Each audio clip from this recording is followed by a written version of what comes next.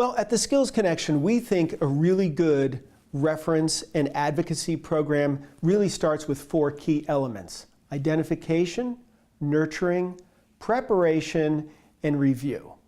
Now, let's look at identification. You need to come up with a pool of potential reference candidates. Now, where do you go? You go to your installed base, you talk to your partners as well. They may have some new people they've brought on.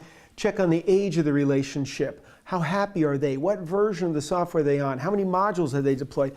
You want to get a sense of how rich they are in terms of the usage. But you also need to know the traits of the people who potentially will be your references, because every client company and every individual at those companies may bring different things to the table as a reference. So you have to think about all those things. Once you've decided on that, you need to nurture them. You need to start building a profile of the references, and this is going to be helpful to you because now you know when to use them. You want to build ongoing touch points to strengthen the relationship with them and to make sure that they view the relationship with you and your company as a 9 or a 10.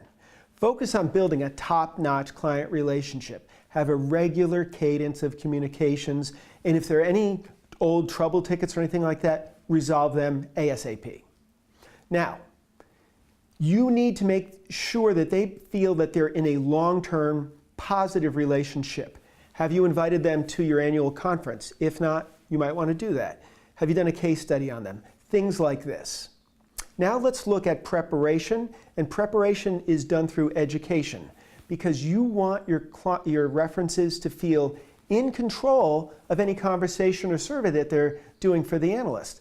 So think about the types of things that they may be asked in the interview, or some of the survey questions can get pretty granular. Make sure that they understand the types of things that they're going to be asked. Maybe if you can, show them last year's Magic Quadrant so they can get familiar with the types of questions and the elements that are considered there. Have you shown them your latest roadmap? Have you shown them or briefed them on some of your new offerings? These are things to think about so that they can understand where the company is going in the future. And then finally, after they have done the survey or spoken to the analyst, you want to review with them how it went. Did it go well? Do they have any lingering questions? Anything you can help them with? Do they have any feedback from the interaction that might be helpful for you as a company? So close the loop, and the reviewing is an important part to tie the relationship and also for you to get perhaps some information back. Those are the 4 key stages.